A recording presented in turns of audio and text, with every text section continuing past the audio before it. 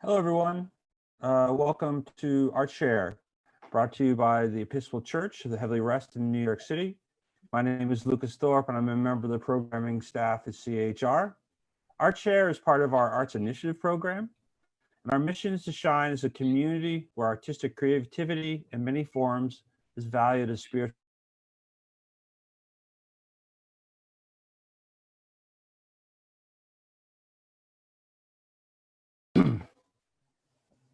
Aims to nurture artists, creatives, and deepen our shared experience of their work, and to invite the greater community to explore our shared humanity through art. This afternoon, I'm excited to welcome Luke Ives Fontefel, president and founder of Thornwillow Press, McKelden Smith, historian, bibliophile, and former president of the New York Genealogical and Biographical Society, and the Reverend Matt Hyde, rector at Heavenly Rest. And before I turn the discussion over to McKelden, Matt, and Luke, please be aware that we'll be using the chat function to send information and to take questions. Please note that we're also live streaming to the Heavenly Rest Facebook page, and we'll have a record of the talk there. And I now turn the discussion over to McKelden, who will introduce our guest.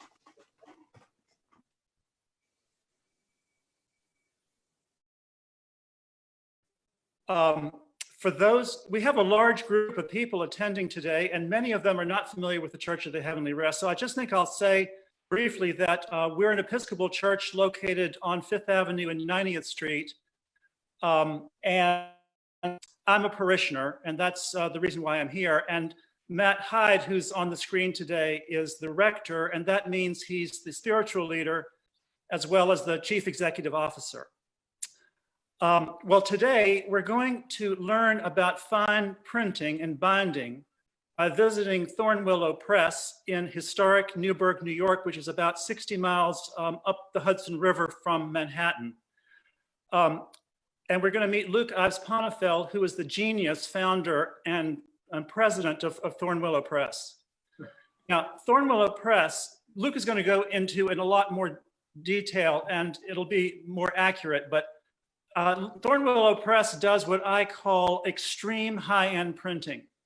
And that's a non-technical, which means they do letterpress printing, which means that the paper actually interfaces with type, which is raised on the printing press. It's not digital printing like you see in most books that you buy in bookstores.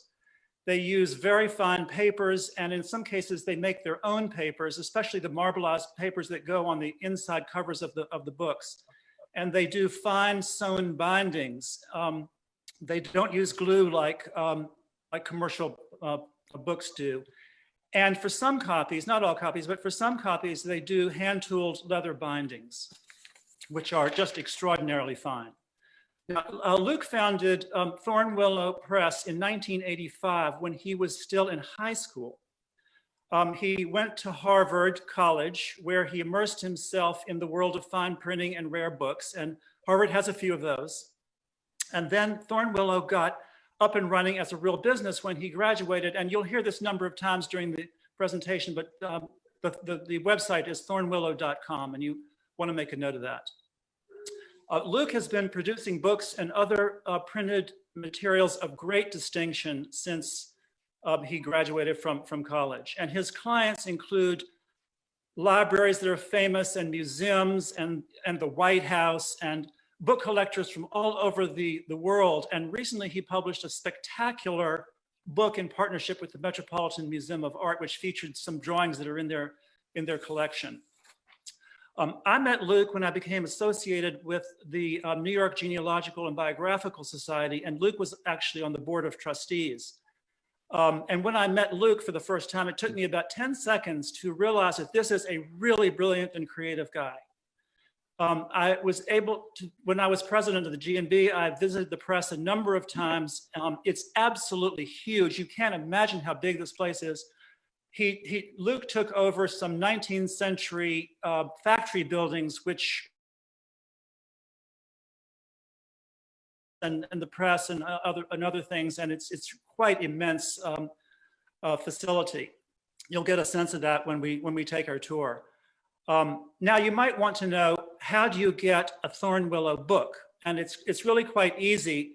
you subscribe to the Thornwillow books in advance, one by one, but you get on the mailing list, the e-list, and you're informed when a new book comes out. And you subscribe in advance, and then when the book comes, you see that your copy is numbered individually, and in it is a sheet that lists all the other people who subscribed to the book. And I think that's really neat. It's so interesting to see who subscribed. And this is a convention that has been in place since the 18th century, or maybe even before, for books in this category of fine printing. Now, Matt and I are going to briefly interview Luke about his press and his upcoming edition of Genesis. And then Luke is going to take us on a Zoom tour of the press where we probably will see Genesis actually being printed. And you, as Lucas was saying, you can send your questions using the chat function at the bottom of your screen. And we hope to be able to answer as many questions as we can. So Matt, why don't you start the interview off with the first question? Well, first, thanks to McKelden for making this opportunity available to us. Thanks to Lucas for organizing. And Luke, it's just a delight to get to meet you and to hear more about your work. Tell us why y'all are still operating at this moment when most things are not. What's happened that the press is able to continue working right now? Yeah, well, thank you so much for having us on your program and inviting us into your world. So thank you. That sort of this, through technology, we're able to bridge this this great divide of space and isolation. It's like many printers in New York State, we were categorized as an essential business because we print things. We support the mail system. We make stationery and envelopes. And our business, ironically, is an e-commerce business. So for all that we are making things by hand, we find our customers and our collectors literally all over the world through the internet. So you don't have to go to a shop. You don't have to mix with other people to receive the books. We send the books out. And then we also have various government and federal contracts and things that categorize us as this. And the Orange County Sheriff's Office came and officially inspected us and said that we qualify in more ways than most, and that we can continue doing it, which is merciful. And so we are incredibly grateful to have been allowed to stay open.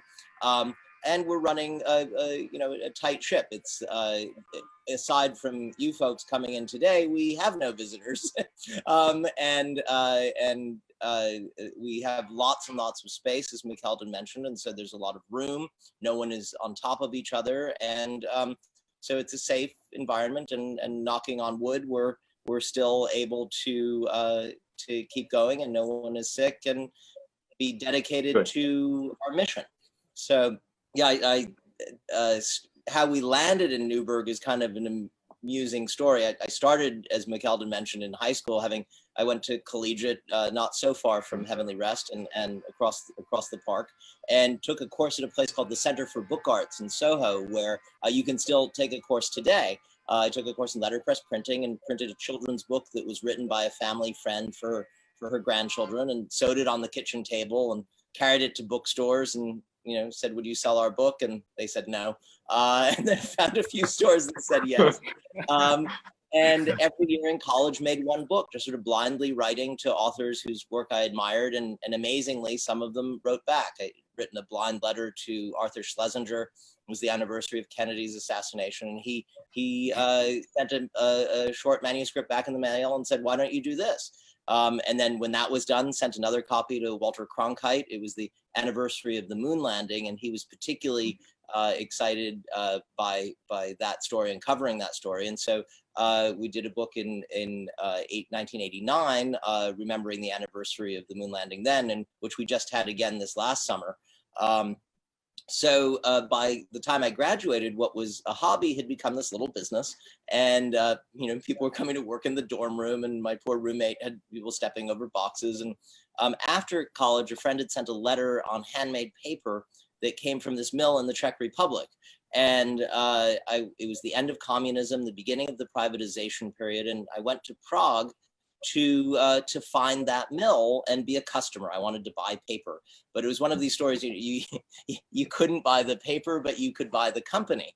And that was doing design work for Mont Blanc, the wonderful pen manufacturer. And they said, look, if you can set this mill up to make paper for your books, but you can also make writing paper for us, we'll give you a contract for a year. And I was, 22, and I said, that sounds like a good idea, and started doing that. And the joke is, we were working at this mill where there are generations of paper makers, hundreds of years of paper making passed down literally, generation to generation. And it grew, and it was, at the end of the day, we were probably the largest producer of handmade paper in the world, making writing paper for Mont Blanc and Cartier and Cranes and different places, and then also for our books. But what that story was about, and it was about following craftspeople, and kind of parallel to that, a few years later, had set up another operation in England, where this amazing bookbinder was retired, and his grandfather was a bookbinder, and so he helped us set up an operation there.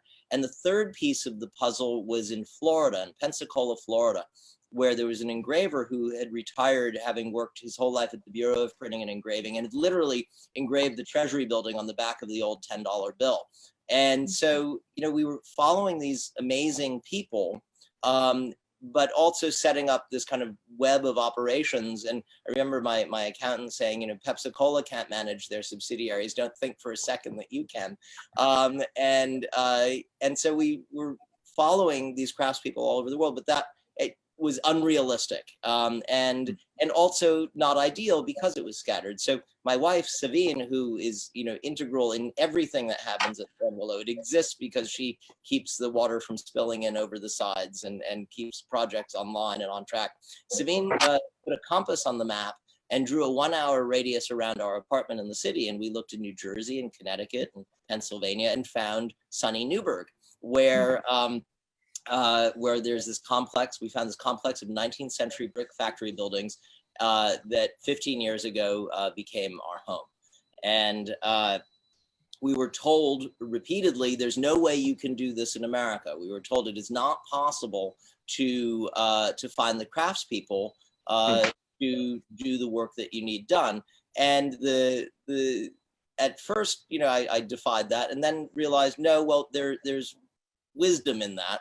And we quickly realized that we had to get in the business of teaching and perpetuating these crafts. So the mission of Thornwillow is not just to make beautiful books and books that we hope you'll enjoy reading now and will be here long after we're gone, but the mission is to teach and perpetuate these crafts. So we set up the Thornwillow Institute, which is a 501c3 public charity to have programming and support publications and support people. We have fellowships. We have a wonderful program in partnership with West Point, and have West Point cadets who spend time here every summer. A year ago, we did a book commemorating the 100th anniversary of the end of World War I, of poetry, and David Harper, a wonderful friend. Colonel Harper is the head of the English and philosophy department at West Point, and he worked with his students to pull together the list of poetry and prose. So we're very much in the midst of trying to perpetuate this, because as the world is increasingly intangible, increasingly disposable, virtual in all these ways, we believe that books matter. So talk a little bit about how you decide what kinds of books are right for you and right for Thornwillow Press. You described Schlesinger and Cronkite as being your first ones. How do you decide now what you're doing and what you take on? Well, that's really the fun. So you can do what you like. You can do what you enjoy, and for all that the crafts are the same that unite the projects. There's as you can see on the screen now, Ariel is showing a couple of different books. There's some versions of The Great Gatsby that we published last year, and that's Kristen, who you'll also see later in the bindery upstairs, opening a copy of The Great Gatsby. They come in different versions. There's a paper wrapper version, a cloth version, a half leather version, a full leather version, and some even set with jewels. But Wow. what is the bottom line is that one title, to answer your question, one title has nothing to do with the other. Some books are poetry, some books are fiction, some are classic texts, like Gatsby or Genesis. Others, or The Wasteland, which we're looking at now. And other texts are by poets that you've never heard of. We're in the midst of a collaboration with NYFA, with the New York Foundation for the Arts, to support emerging writers, emerging poets and authors, to bring out editions of their work. So what unites the selection of books is this hope that together they'll be more than the sum of their parts, that together they will almost be a time capsule, a canon that, years from now, long after we're gone, these books will be there and they'll be read by people, and hopefully they'll carry something of the world of ideas that matter to us today to future readers. You've described books, I think, really eloquently as vessels for ideas. So what's the whole tapestry you hope that Thornwillow is weaving across these different theories? It's the books that we publish are because they're so mixed, they become, using your word, a tapestry. They become a blend of different ideas, different inspirations, some big and some small, but all beautiful. I guess the notion is that a book is to us an object, and an object that you can touch and you can feel. I sometimes compare it to a violin. That a violin, at the end of the day, is a wooden box that exists between the musician and the composer and the audience. And a beautifully made violin is integral to the sound that the audience hears. A book is the same. A book is an object that is part of the relationship between the reader and the text. And if beautifully made, crafted to last with beautiful typography, that becomes an object that is part of the experience. I argue even that some objects can have a soul, and that seems silly. People have souls, and maybe our pets have souls, but how does an object have a soul? And I think an object has a soul when it's made by people who are dedicating their lives every day, working hard every day, thousands of hours to be better at their craft, and they put themselves into that object. And when an object is also in the function of preserving ideas and inspiring thoughts and capturing the imagination, when that object is integral to the community of ideas, that it also has a soul, and it memorializes things that matter, things that should be, I hope, on the shelf in the future. Well, just to say, we're part of a Christian community in which, for us, ordinary things carry grace, and so I think it's a very familiar notion that objects can, what you said really well, objects can have a soul and carry through them something beautiful. And you can spot something within that which is hard to describe except for its beauty. So the object, just while we're looking at the screen, the object that really has a soul, if Ariel points back at the Heidelberg flatbed cylinder press in the background there, that is the height of technology from 1957, like a German sports car from 1957. If you love it and care for it, it will keep running. And there's Greg, who is adjusting the rollers and waving at us. And these machines are works of art. It's a ballet and we'll see it in motion in a little while. But it's this is an incredible object, and it definitely has a soul. Well, so describe, as we walk around, describe some of what we're seeing, and I come back and I want to hear more about some of the series you've published. But let's hear about the press that we're touring at the moment. So, so what you see on the right are engraving presses, die stamping presses. So Genesis, which we'll see in a little while, that's printed letterpress. That's the technology of Gutenberg, and that idea of ink on the plate or on the type being pressed into the paper. In the case of these engraving presses that we're looking at now, that's the opposite. You have a copper plate or a steel die, and the ink is in the crevices of the plate, and the paper is pushed into it by what's called a counter. And you've all heard of counterfeit money, and that's basically the reverse impression of the plate. And so a Rembrandt etching, an etching is intaglio, or is an engraved process. And we have this huge collection of engraving presses. In Prague, we had 6 presses, and now in Newburgh, we have 32 presses that are up and running and operational. They range from letterpress, cylinder presses like the Heidelberg. Oh, and this one right here that Ariel is pointing at now, this was my first press when I was 16, and it lived in the barn in Massachusetts. My mother's a sculptor, and I grew up in an 18th century farmhouse in Massachusetts where the barn was her studio. And this press is like the Heidelberg. It rolls the paper over the type, but you turn it with a crank. And we still use this machine every day. And it's a wonderful precision machine. Now we're looking at, yes, so this is the off table. So as things are printed, they're spread out on the table. And that's the back side of the Heidelberg, which is the same process as the Vandercook, but only automated. Part of Thornwillow is teaching people and the craft and perpetuating the craft. Part of it is also being a collector of very large objects. And some people say that I have a sickness, and my wife has a sort of rule that she put in place a little while ago that for every machine that comes in, perhaps we should consider one going out.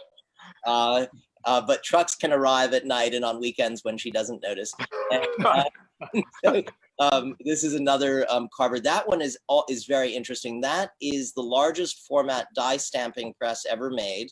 They only made 75 of them. This one was actually at the Bureau of Printing and Engraving and was used during World War II to make war bonds. So it's an amazing machine. We use it to print diplomas and certificates, and the joke is that in the 50s we would have had to be a secure location because by standards at that time we had everything to to print currency, though they embedded things. So here's some of the stationery that would be done on an engraving press. Those are that diploma is a Groton school diploma. And that's engraved. So again, if you run your finger over the surface, it's rising up at you, and is 3-dimensional. That's you could put McKelden's name in there. You described the global search really for the machinery and the tools to do this work. Is there a machine or a tool that you've spotted or looking for at this moment? I mean, what do you still hope for in terms of your constellation of print making? That because it is a sickness, and there's a long list of things that we need, and so we certainly would be excited to find another Heidelberg cylinder press. There are some machines that we have that we're excited to get hooked up and working. We have these wonderful die stamping presses for the bookbinding. These giant, they're called arming presses, and you can use them either to emboss the grain or to gold tool the covers of the books. And I guess the other aspect of it is not just the things that we're eager to find, but also the things that we're eager to save and things that wouldn't get lost. The great, sadness is that when these machines are scrapped, they're gone forever. It's not that anyone is making a new, a new Carver die stamping press or a new Heidelberg cylinder press. That we have these clamshell presses, letterpress machines on the end of the road that we were looking at before, and The Great Gatsby was printed on a machine exactly like that. And when Scribner's over on Fifth Avenue, they had the printing workshop in the basement originally, and at some point they thought that wasn't a good place to have the printing workshop, and so and then it moved somewhere else. And eventually, all of the 60 presses that Scribner's had were scrapped, and they ended up in Long Island Sound with dropped to the bottom with a chain and a buoy. And now they live on still as moorings for sailboats, Wow. Which is so. I'd rather see them on the press room floor than in the bottom of Oyster Bay, though they're still working. But McKelden, did you have a question? Yeah, Luke, I totally agree with you that objects have souls. And one of the big thrills of subscribing to a Thornwillow book is the day it arrives and the box comes and you open it up and you take the book out and it has a feel that's almost indescribably fabulous. And I'm sure it's part of the cover, it's the binding, it's the paper and the whole thing. But can you talk a little bit, we've been talking about production, but could you talk about how you get a book to feel that extraordinary, that not just reading the book, but holding it and playing with it and opening it and feeling it? Why is that so great? I think that might be a segue for Ariel to go up to the bindery. Is that, I don't know if that's an appropriate time yet, but to actually show some of the processes. Sure, that'd be great. An object is a combination of design, craft, well made, and material.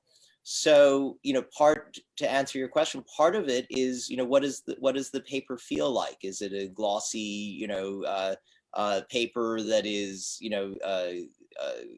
hard and not supple, or does it have a hand like fabric that might feel tactile? The impression of the type pressed into the paper is part of, the very physical experience of touching that book. It's the process of pressing the type into the paper is a three-dimensional, physical process that transfers to the object itself.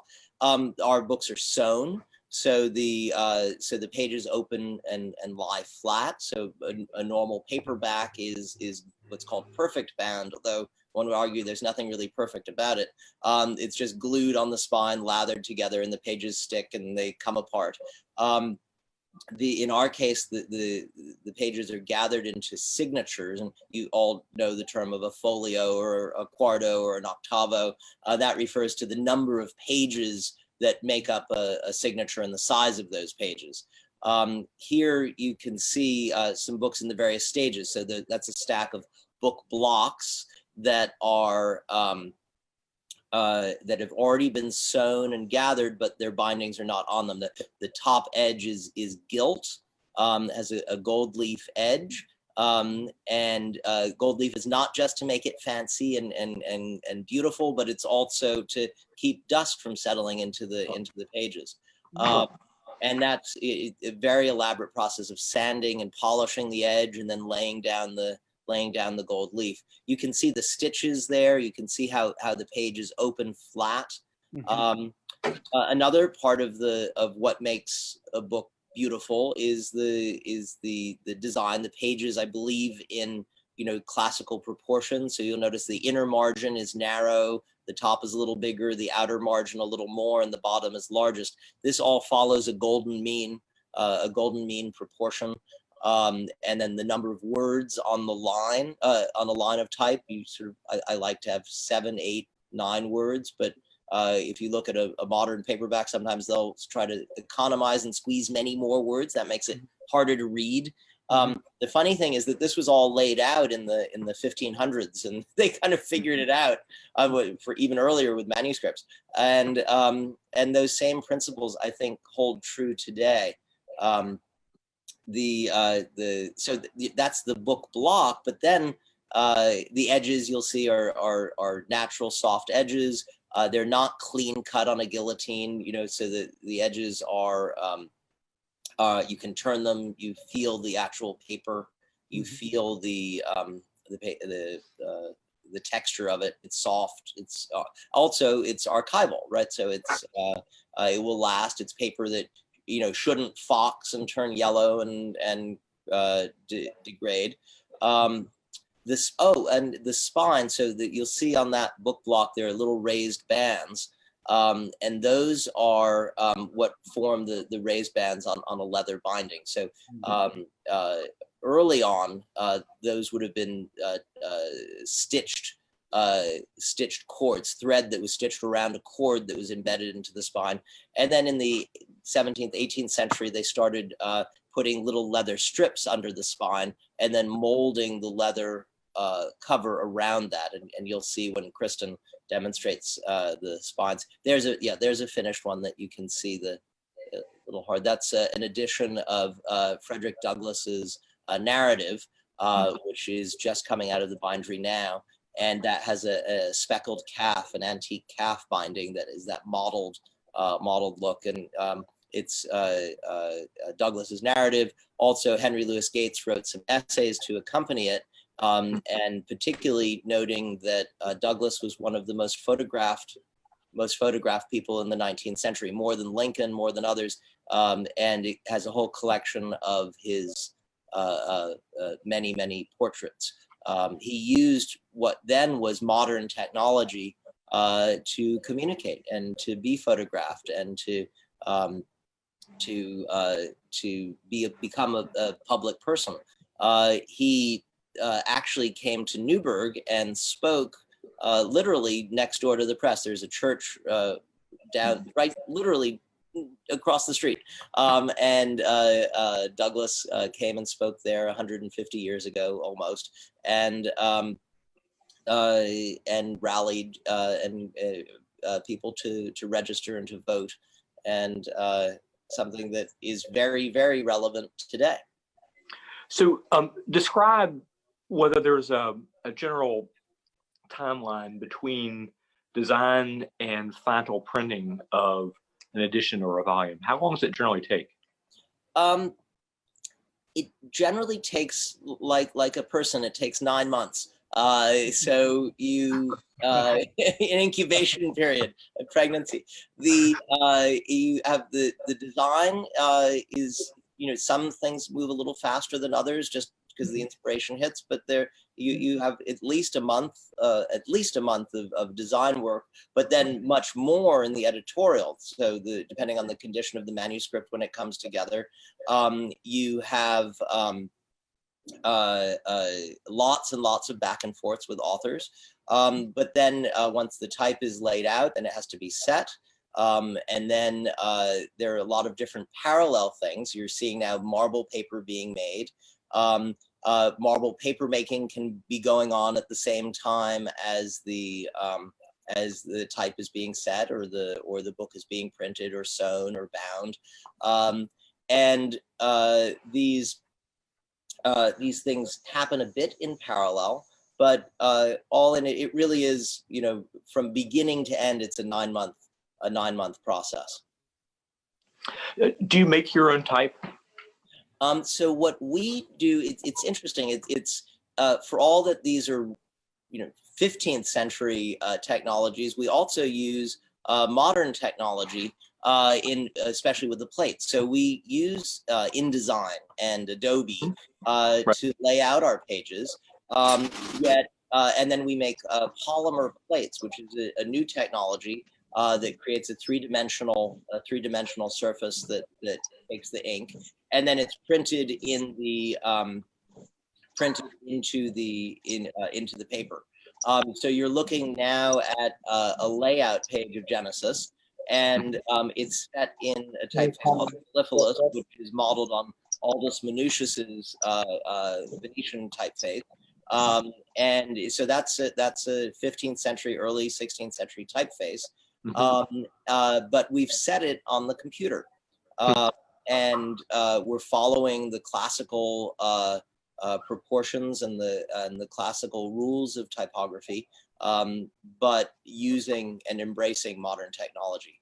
The funny thing is, that merging of craft and technology is sort of everywhere at Thornwillow, even to how we distribute the books. You mentioned in the beginning the subscription lists, and our business model is really the same as John Baskerville used in 1750.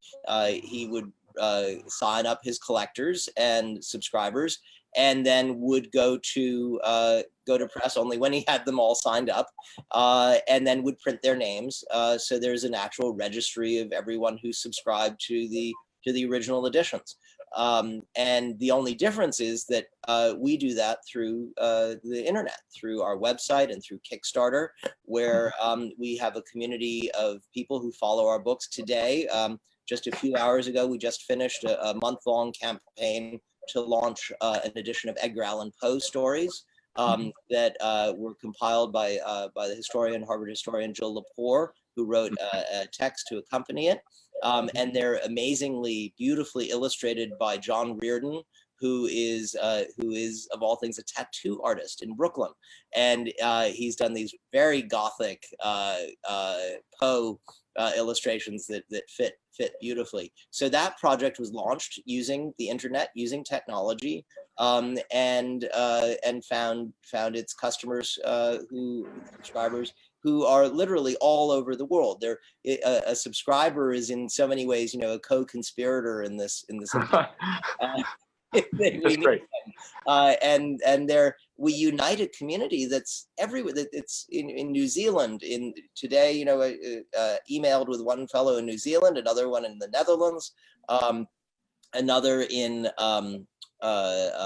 Boston. So we unite a global community around a very local craft, and that's possible because of technology. So thank God for technology. So I want to hear more. You've mentioned Frederick Douglass and Genesis and Fitzgerald and Eliot. So I want to hear more about the series in a second, and also how people can join in as co-conspirators with you. But in terms of the process that you just described and that you've just shown us, you really have described 500 years of building a craft. How do you learn? Who are you learning from now? That's wonderful. I mean, so every printer has their icons, their gods, and they're great designers like Bruce Rogers or Jan Tischholt, or a very good friend of mine, Mark Argetsinger, who is an incredibly talented type designer today, a graphic designer, who just came out with a wonderful book on the rules of typography. So this is a laying on of hands across generations, across centuries. So you can literally, see similar principles. I don't know if Ariel's able to go downstairs to show the manuscript pages that are part of some of the Genesis copies. But in a moment, maybe we'll see that. Well, here we go. Yeah, great. So and I want to hear more about Genesis in particular. So, yeah,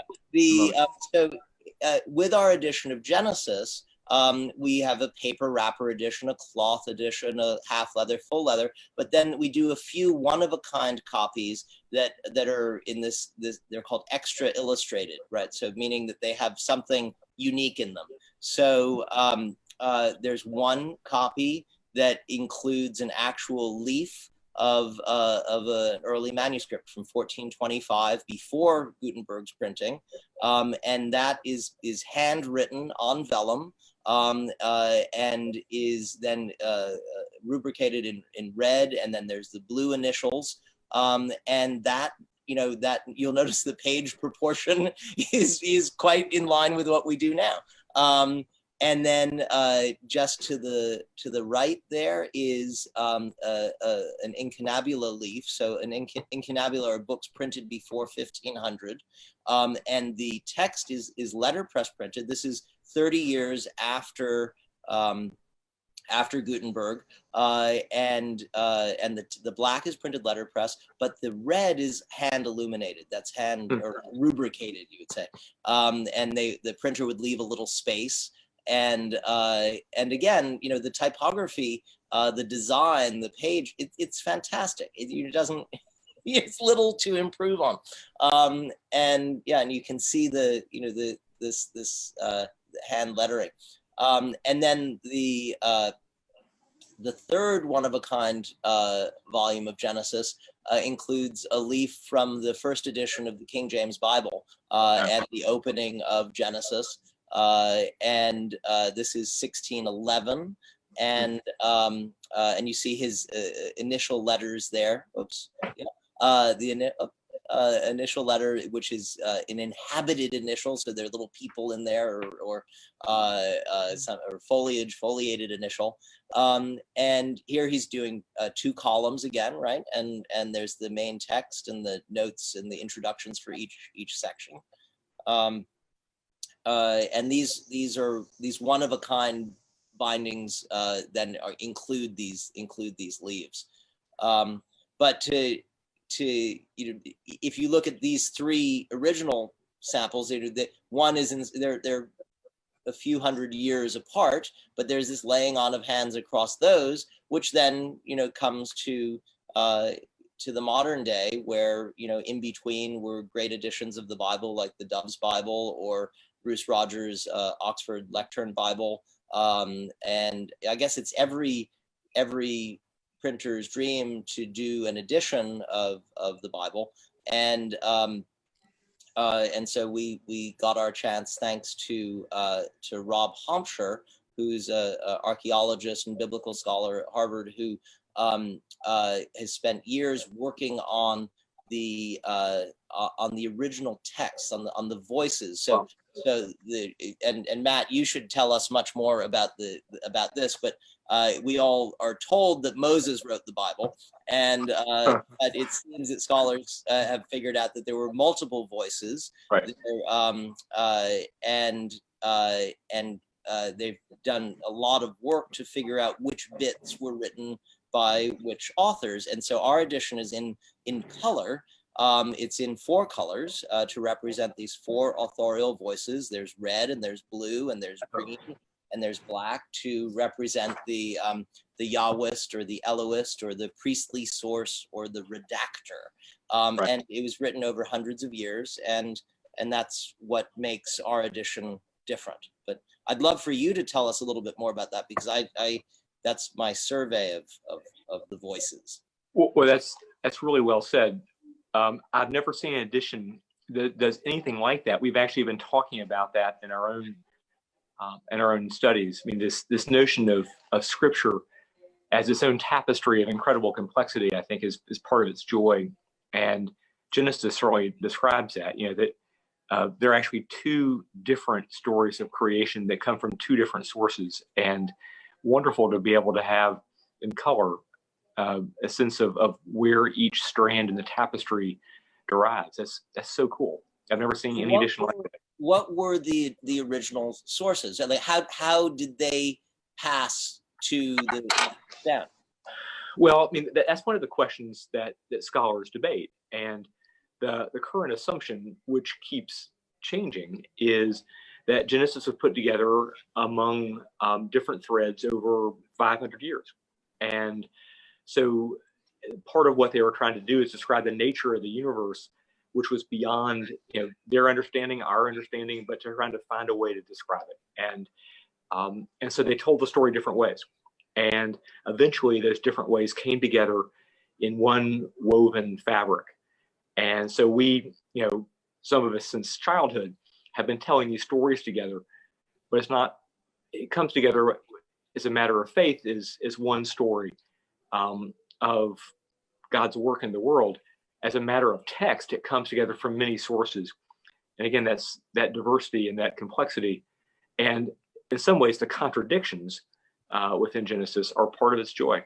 How did you decide to publish Genesis? Why did you take this project on, and how long have you been working on it? Well, as mentioned, every printer wants to put their hand on some edition of the Bible, but the goal is, it's been done obviously so many times and so well. How do you bring something new? So when we were introduced to Rob Armchair, the idea of doing a fine press edition that prints the text in the colors that brings to the book the most contemporary modern scholarship about the text, but then presented in a beautiful fine press edition that made it all sing. So yeah, it was the idea of meeting Rob and his understanding his mission and his life's work to study this, and then bring out an edition that is in fact unlike any other edition, fine press edition of Genesis that's been done. So it is unique. Luke, one of our questioners wants to know what are the technical challenges of producing a letterpress book in 4 colors? Many. Many. So you have to register all of those colors. So each color is a separate plate, and with registration marks that are off in the side that get trimmed later. But because we have natural edges on the paper, you can't just put them everywhere and cut them off. So you have these registration marks that have to be very strategically placed, and each color is a separate plate, and inked.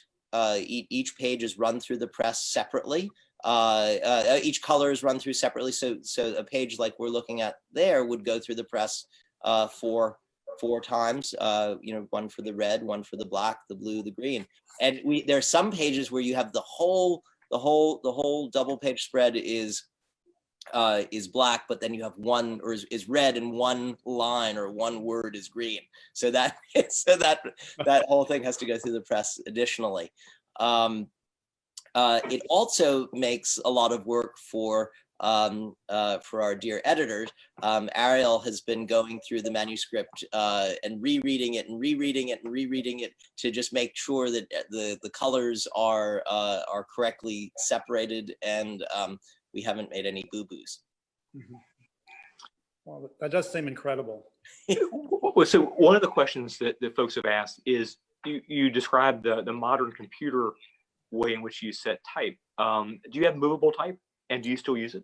Yeah, so I have a huge collection of movable type, because the early books, when I was still, the very first book I set by hand from a California tray case, and set each letter. It was in Weiss type, and then some of the earlier books were set either by amazing typesetter Michael Bixler in Skaneateles, New York, and he set some of the early books. And when we had the operation in the Czech Republic, we would actually ship the metal type to Prague and back, and it was this very heavy crates.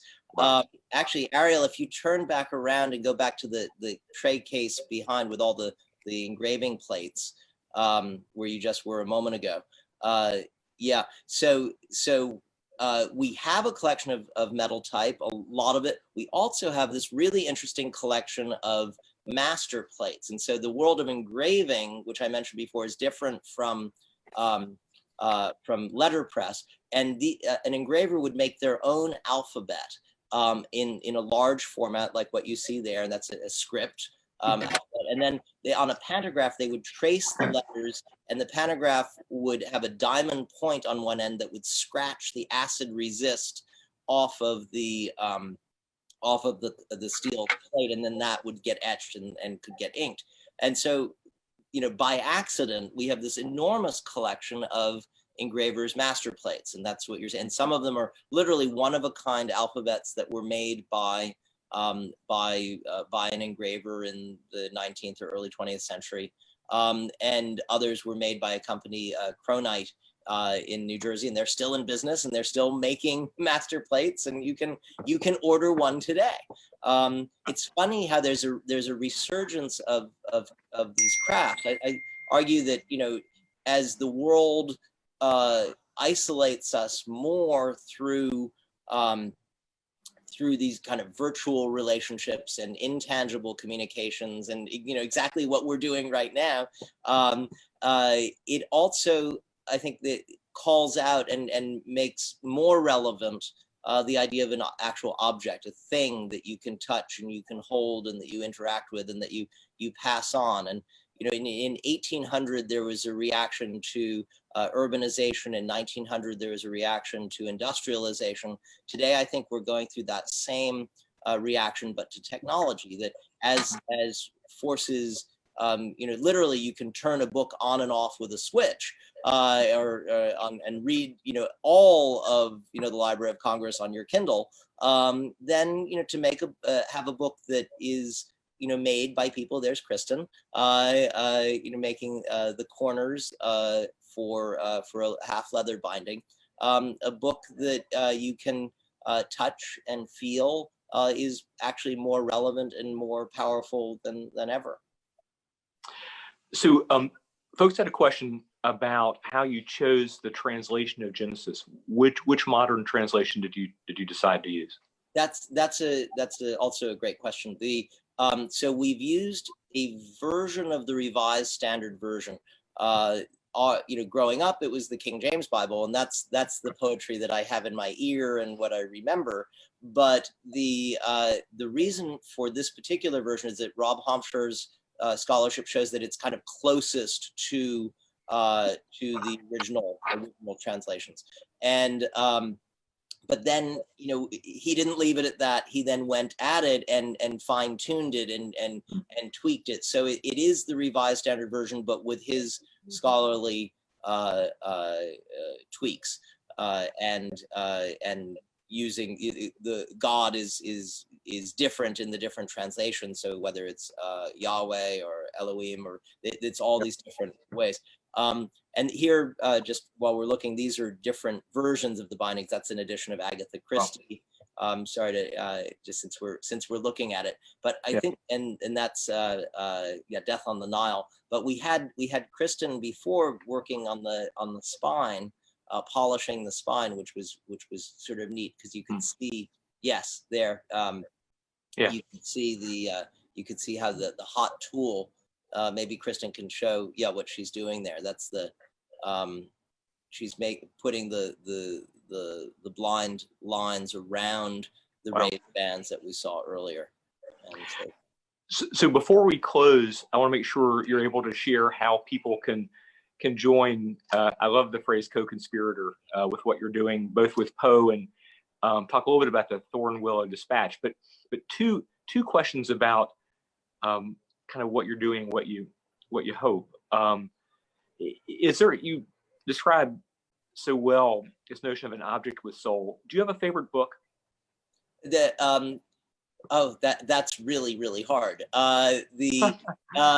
One of my favorite books is I have a book printed by Jan Froben in 1502 that the typography in our edition of Genesis is modeled on. That you saw that shaped, the way the pages shaped into a point. That's really inspired by Froben, who was in Basel in the late early 1500s, and that's maybe my favorite book. But that's really it's an impossible question. Then there's William Addison Dwiggins, who was an extraordinary designer in the 20s and 30s and into the 50s, who had this wonderful Art Deco sensibility, and so that's totally different but wonderful. Of the Thornwillow books, every child is special. Yeah. Well, so my final question is, can you share the project you'd love to take on? What's your dream project for Thornwillow? Well, that's also so we try to engage our our community and ask, what do people want to see? And then there are certain things that we want to do. So we're looking at doing perhaps an edition of Ulysses. It's going to be the 100th anniversary of Joyce, and bringing it out perhaps in installments that would land for Bloomsday on the 100th anniversary. That's something we've been thinking about. But then I also really would like to do an edition of Alice in Wonderland. Again, there have been lots of great editions, but if we can figure out how to do that differently. We also welcome people to tell us what they would like to see. If Ariel could maybe show us the Thornwillow Dispatch. So we have different ways to engage, and some of them are more directly engaging you, the subscriber. So we have something called the Thornwillow Dispatch, which is a monthly box care package, like Harry's Shave Club. You get something every month, and in this case, what you see on top, you get a letter that kind of tells you what's in the box. Then you get various goods for the study, like an engraved bookmark, or a broadside. A broadside is something that Benjamin Franklin did a lot of. These sort of printed on one piece of paper, whether it's in this case a poem. The Declaration of Independence first appeared as a broadside, so you see it's one piece of paper printed on one side and then folded. So the dispatch often includes that. It includes some note cards, some stationery. In this case, with hand edge stained corners. And then at the anchor of it all is a book, a publication. So the last month's dispatch was Emily Dickinson's poems, the 11 things that were published in her lifetime. Of the 1,800 poems that she wrote, only 11 were published in her life, and none of them with attribution, so none of them with her name. So this is those 11 poems with her name, and in some cases showing the how her manuscript edition laid them out differently from how they were printed. So each month has an anchor publication like this. Rip Van Winkle, we did one month. Sometimes they're new texts. Adam Gopnik did a wonderful essay about snowflakes. And then there's the snowflake edition. Then others are some science fiction. We did Philip K. Dick, The Eyes Have It, or Kurt Vonnegut story. Here's the Rip Van Winkle. And in supporting the Thornwillow Dispatch, you're making possible this process on an ongoing monthly basis, and you're also making possible the publication of some new. We have the Patrons Prize, where through NIFA we award a publication to an original text by a new poet or a new short story, and so in subscribing, you really are a co-conspirator. You make possible editions that wouldn't happen otherwise. And also we ask you to tell us what you think. Like the Dickinson, we did a poll of our subscribers, and Dickinson came out as #1 that people wanted to see. Wow. So that's how things how they get chosen. Luke, I'm sorry to be the party pooper, but it's time for us to say goodbye. But before we do, we'd love to talk for hours on this subject, but we can't. So before we depart, I want to thank you so very much. Thank you. On behalf of the Church of the Heavenly Rest and the Wednesday art program, you and Ariel for giving us all this time. I know you have other things to do. Matt, thank you so much for participating. And Lucas, thank you so much for all the technology that went into this. And I have a brand new appreciation for what it is you do behind the scenes. I don't think people have any idea how much effort it takes to produce a program like this. And you're doing 3 and 4 or 5 of them a day. Right. And I also want to thank all the participants who joined. We have a core group of frequent flyers, but we have a lot of guests today. And I hope that you like what you see and will stay in touch with us and look at the website, heavenlyrest.org, and remain a part of the community. Matt, did you want to say anything? Because I think Lucas has a final. Thank you. It's really wonderful. I think as we are all isolated and going through this time, to be able to unite 150 people literally around the world with this kind of technology. Lucas, you're amazing. It's incredible. So thank you. Yeah. Thank you. Thank you, Luke. Thank you, McKelden. Thank you, Matt. Thanks everyone who joined us today. From all of us at the Church of Heavenly Rest, we're really grateful that everyone could spend a little time this afternoon to visit